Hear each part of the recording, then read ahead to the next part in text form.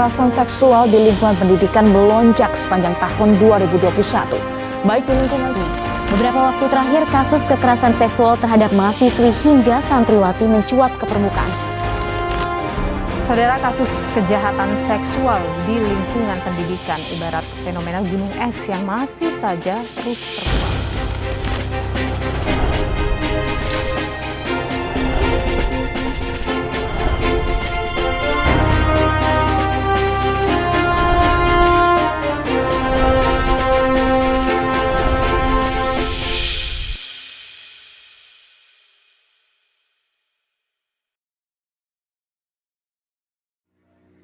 Assalamualaikum warahmatullahi wabarakatuh.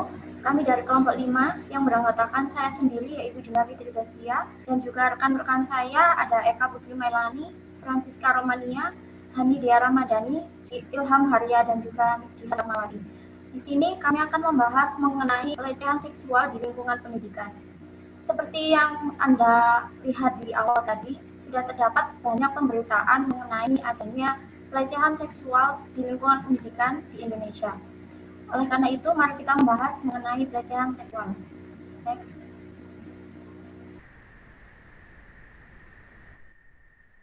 Pelecehan seksual adalah suatu bentuk penghinaan atau memandang rendah seseorang karena hal-hal yang berkenaan dengan seks, jenis kelamin, atau aktivitas sosial antara laki-laki dan juga perempuan.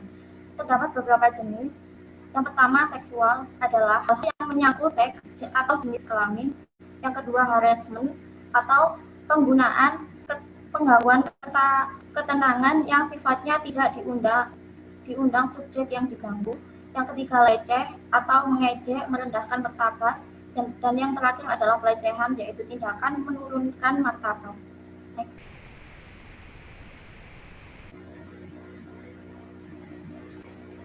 Menurut BKKBN atau Badan Kependudukan dan Keluarga Berencana Nasional 2012, pelecehan seksual adalah segala macam bentuk perilaku yang berkonotasi atau mengarah kepada hal-hal seksual yang dilakukan secara sepihak dan tidak diharapkan oleh orang yang menjadi sasaran, sehingga menimbulkan reaksi negatif seperti malu, marah, benci, tersinggung, dan sebagainya pada diri individu yang menjadi korban pelecehan. Catatan tahunan Komnas Perempuan. Yang pertama, sebanyak 5.002 kasus atau sekitar 31% terjadi di ranah komunitas. Yang kedua, jenis kekerasan di komunitas tertinggi adalah pemerkosaan, yaitu 1.657 kasus, lalu pencabulan 1.064 kasus, pelecehan seksual 268 kasus, kekerasan seksual lain 130 kasus, melarikan anak perempuan 49 kasus, dan percobaan pemerkosaan 6 kasus. Yang ketiga, kekerasan tertinggi adalah kekerasan seksual sekitar 61%. Unsur-unsur dalam pelecehan seksual. Yang pertama, suatu perbuatan yang berhubungan dengan seksual. Yang kedua, pada umumnya pelakunya adalah laki-laki dan korbannya adalah perempuan. Yang ketiga, wujud perbuatan fisik dan non-fisik. Yang keempat, tidak ada kesukarelaan. Pelaku dan korban. Pelaku pelecehan seksual bisa siapa saja terlepas dari jenis kelamin, umur, pendidikan, nilai budaya, nilai agama, warga negara, latar belakang, maupun status sosial. Korban dari pelaku pelecehan dianjurkan untuk mencatat setiap insiden, termasuk identitas pelaku, lokasi, waktu, tempat, dan saksi. Saksi bisa jadi seorang yang mendengar atau melihat kejadian. Faktor-faktor yang mempengaruhi terjadinya pelecehan seksual. Faktor internal yang pertama yaitu ada seksual, fisik atau psikologis. Yang kedua ada pengetahuan kesehatan reproduksi. Yang ketiga ada motivasi. Faktor eksternal yang pertama ada keluarga, pergaulan, dan media massa.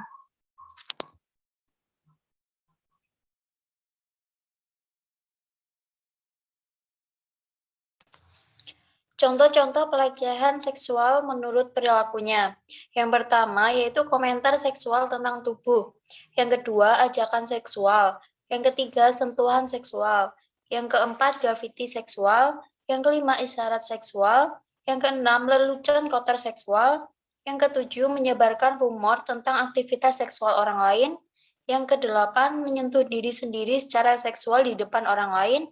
Yang kesembilan, berbicara tentang kegiatan seksual sendiri di depan orang lain. Yang kesepuluh, menampilkan gambar, cerita, atau benda seksual.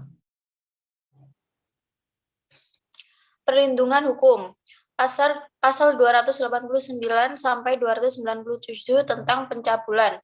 Pasal 295 sampai 298 dan pasal 506 tentang penghubungan pencabulan.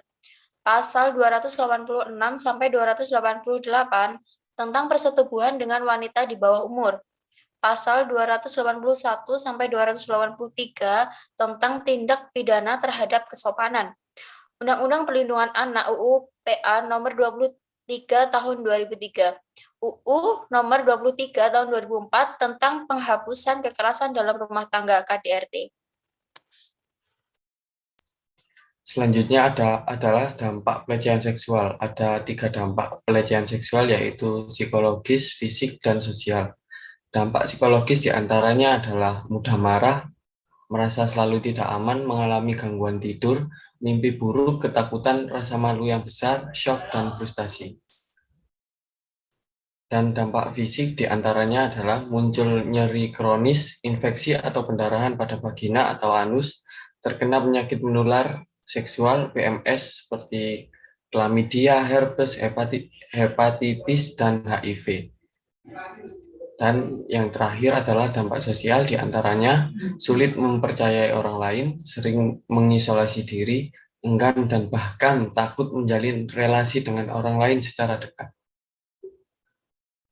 Selanjutnya yaitu cara mencegah dan menangani pelecehan seksual. Yang pertama, jangan mudah percaya terhadap orang lain. Yang kedua, berani bersikap tegas. Yang ketiga, membekali diri dengan pengetahuan seksual. Yang keempat, hindari obrolan berbau porno. Yang kelima, percaya diri. Yang keenam, kuasai beberapa metode melumpuhkan lawan. Dan yang ketujuh, yang terakhir yaitu laporkan jika terjadi pelecehan seksual. Selanjutnya yaitu ini merupakan salah satu berita dari Detik News yang berjudul Kekerasan Seksual di Lingkungan Pendidikan 2021. KPAI menunjukkan bahwa pelaku 50% adalah guru. Dan berikut merupakan beritanya. Dan berikut adalah speak up dari mahasiswa UM sendiri melalui Manifest UM dari akun Twitter terkait dengan laporan pelecehan seksual di dekat kampus kita sendiri, yaitu kampus UM. Sekian presentasi dari kelompok kami. Mohon maaf apabila ada kesalahan. Terima kasih. Wassalamualaikum warahmatullahi wabarakatuh.